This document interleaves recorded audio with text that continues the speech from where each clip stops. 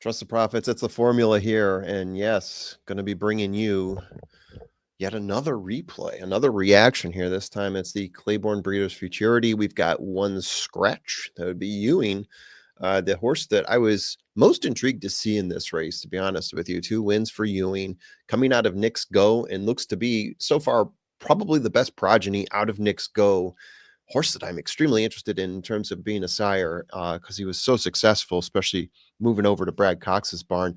But really, the horse that we're talking about here today is Ted Noffey. Ted Noffey, Todd Pletcher, John Velasquez into Mischief, probably the top sire right now for all horses gearing up towards the Derby, right? Had a Derby winner last year, winner of the Hopeful Stakes, the G1 Hopeful Stakes, winning by 8 lengths in that one, applying pressure to the pace early on, looking just very comfortable, stretching it out at the end, beating Butane by more than 8 lengths. So he's coming in currently at 1-2, very short odds on him in a 6-horse race. Who else is worth noting here? Let's go down to the 5-horse Litmus test. If you saw my reaction, I kind of like Baffert shipping in here. Leads me to believe that that's probably something about this horse.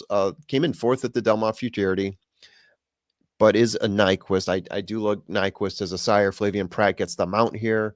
And he lost to Brant in that one, which I think is probably Bob Baffert's current number 1, but it's always hard to tell 2-year-olds and Bob Baffert. They shift around so much.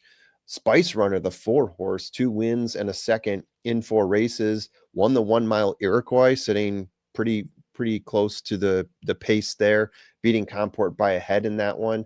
And then the 1 horse I was talking about before, Blackout Time, came in with pretty long odds, starting out at 10-1 and is currently down to 5-2.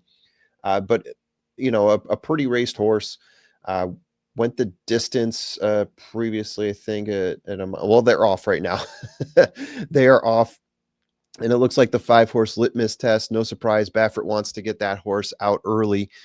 He's going to be battling Blackout Time as he tries to grab the rail, but is pushed to the outside. Blackout Time wants to guard that. You've also got Ted Noffey sitting there comfortably behind them. It looks like the horse is cleared now. That would be the 5-horse Litmus test. So right now you've got Litmus test. Behind him, Ted Noffey, and on the rail, squeezing out Ted Noffey a little bit, is Blackout Time. The 2-horse Big Dom following in there and wants to take a path to the outside to try to pass this group. And the 2 horses that are behind, Decia Sete and Spice Runner, the horse that I was talking about before. Spice Runner possibly looking for a close here. But right now it looks like it's Litmus test being pushed by Ted Noffey. The splits here, you got a 48-23, so not lightning fast, not like what we saw at the American Pharoah. Very comfortable looking, I would say, for Litmus test right now, but there's that group of 4 right there that are pretty close together, the 5, 6, 1, and 2. Now they're heading into that turn. What's going to happen here with Ted Noffey? He is applying more pressure to Litmus test. Litmus test is trying to hold him off as they start coming out of that turn. Ted Noffey taking about a head up on him right now. And it looks like the 1-horse Big Dom is going to be coming out of this. The 2-horse clocking out. Sorry, the 2-horse Big Dom clocking out. Looks like Blackout Time is going to hold up a little bit more here. So Ted Noffey taking off. Ted Noffey taking off. Looks like it's going to be Ted Noffey, Blackout Time, and Litmus test. That's going to be your 1, 2, and 3. So, as expected, Ted Noffey on top. Blackout Time. Litmus test. Those were 3 horses that I talked about, but in a 6-horse race, not extremely brag-worthy. And really, odds-wise, you have the 1 and 2 horses there on top. I'm surprised Litmus test went off at 9-1. Bob Baffert horses usually get bet down, not in the other direction. But he's also not the biggest named Bob Baffert horse coming into this. So surprised, not shocked, but yeah, surprised. Ted Noffey, he did what he did, right? He ran his race, stayed close to the pace, had the horse in his eyes, and then took over at the end, stretched it out, didn't stretch it out huge. This isn't like the Hopeful Stakes, but he got nice distance there between him and Blackout Time. I would say that looks like about 3 or 4 lengths, 3.5 lengths. So a very solid run, as a lot of us expected out of Ted Noffey.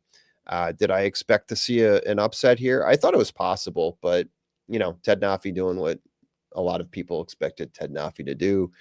Todd Pletcher into Mischief. It looks like we got another good one here. We'll see what happens for this horse when it comes down to the BC Juvenile. Definitely looks like a potential favorite, if not the favorite, headed into the Juvenile. We'll see what other horses come from the West Coast. We'll see what other horses pop into play here. So there you have it. That is, let me pull this off screen here. Yeah, that was the Claiborne Breeders' Futurity. Hope you enjoyed this, and we'll see you guys for Breeders' Cup time.